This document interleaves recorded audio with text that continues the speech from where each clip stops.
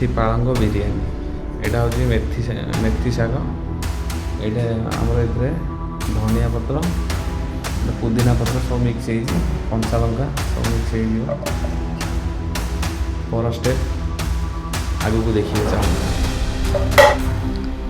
तो देखो एवं आम चावल नहीं जाइए 3 गिलास कौन चावल कोरनल चावल ये हैदराबाद आप गाँव में जो चावल ने बासी चावल ना चलो सज चावल ना चलो अरुआ चावल ने 3 गिलास चावल नहीं जाइए चावल टे भल भाव धोईद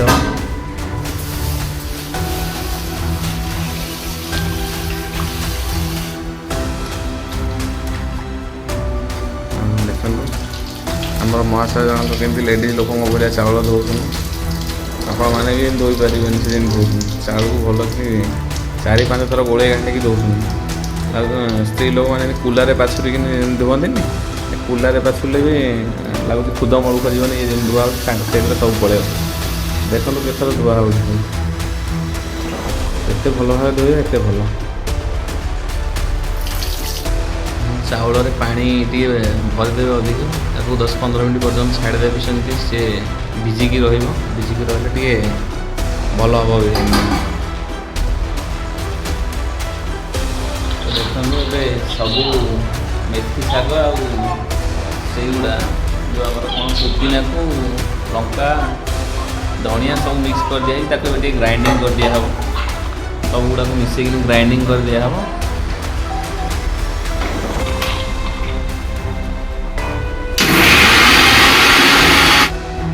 मेथी पुदीना धनिया 3 पेस्ट हो ग्राइंडिंग सरी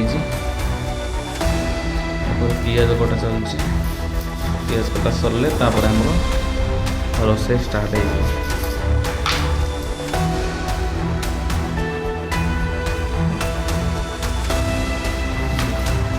पियाज कौ भाया कटा हो पियाज रेस्टोरेंट टाइप काटिक पूरा जमी पूरा मैंने कौन कहते फास्ट टाइम रोसे मैंने कुकिंग नंबर 1 जो मैंने करते पियाज काटिक मस्त लगे खाइबाटा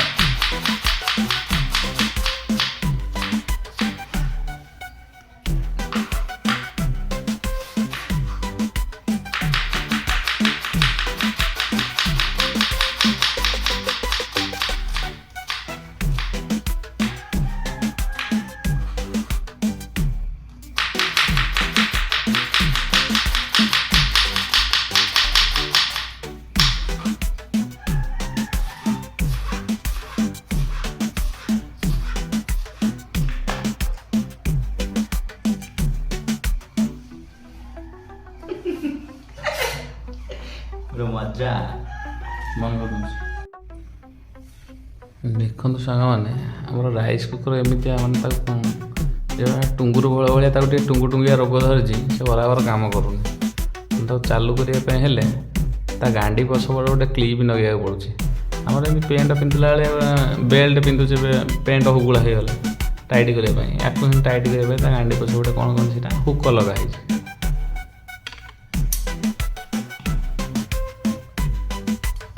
ऑयल डाल दवा हमें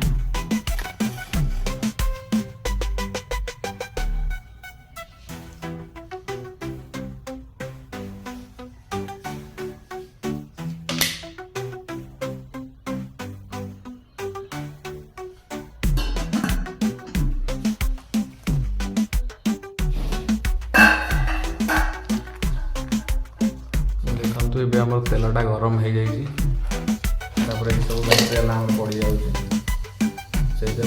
इलायची ए टू जेड जहाँ भी अच्छी पाखे पकईदे पकईदे भाजीदेवे तेल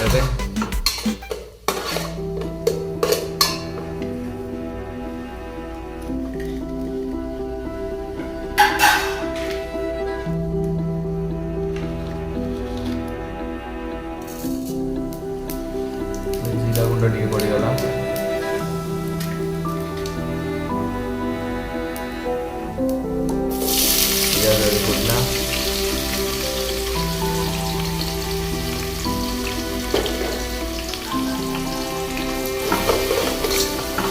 फ्राए कर दे भल भाव में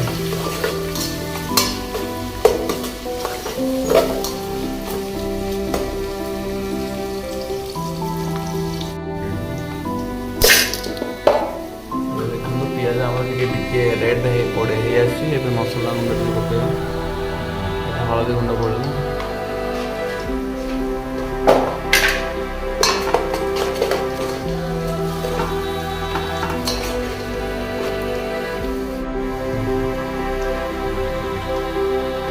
ଏବେ ଆମେ ଯେଉଁ ପେଷ୍ଟ କରିଦେଇଥିଲେ ସବୁ ଶାଗ ଗୁଡ଼ା, ବିଭିନ୍ନ ପ୍ରକାର ଶାଗକୁ ତାକୁ ଢାଳିଦେବା।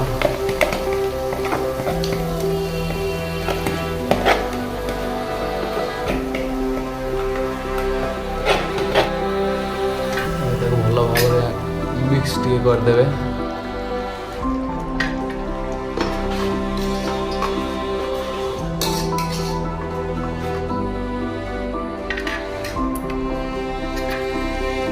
ଆମର ମେଥି, ପୁଦିନା, ଧନିଆ ତିନିଟାଙ୍କ ପୁରା ଭଲ ଭାବରେ ମିକ୍ସ ହେଇଯାଇଛି, ଫ୍ରାଏ ହେଇଯାଇଛି। ତ ଏହା ଦେହରେ ଏବେ ସବୁ ପ୍ରକାର ମସଲା ପକାଇବା। ସେତେବେଳେ ଖାଲି ଆମେ ହଳଦୀ ପକାଇ ଦେଇଥିଲୁ, ଧନିଆ ପାଉଡ଼ର,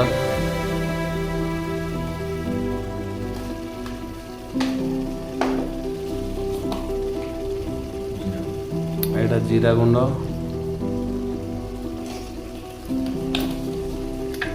ସରିଗଲା। ଦୁଇଟି ପାଉଡ଼ର ପଡ଼ିଯାଇଛି। ଏବେ ଆଗରୁ ଆମର କଞ୍ଚା ଲଙ୍କା ତା ଦେହରେ ପେଷ୍ଟ ହେଇଯାଇଛି, ତ ଏବେ ଲଙ୍କା ଗୁଣ୍ଡ ଟିକେ ଆପଣ ଦେଖିକିନି ଯେତିକି ପୋଡ଼ା ଖାଉଥିବେ, ଯେତିକି ରାଗା ଖାଉଥିବେ, ସେଇଭଳି ଦେଖିକି ପକାଇବେ। ଏବେ ଚାଉଳ 10ରୁ 15 ମିନିଟ୍ ଉପରେ ଆମର ଭିଜାଇ ରଖା ହେଇଥିଲା। ଏବେ ଚାଉଳକୁ ଆମେ ତା ଦେହରେ ପକାଇ ଦେଉଛୁ।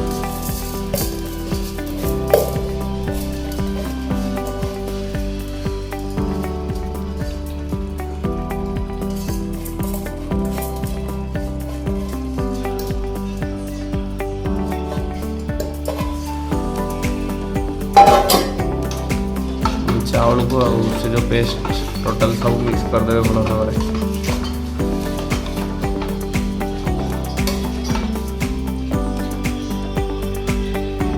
ଏମିତି ଭଲ ଭାବରେ ମିଶାଇ ସାରିଲା ପରେ ତାପରେ ଢାଙ୍କୁଣିଟେ ଆପଣ ଦେଇଦେବେ, ପାଣି ଟିକେ ତା ଦେହରେ ବି ଦେଇଦେବେ। ତାପରେ ତାକୁ କିଛି ଟାଇମ୍ ପାଇଁ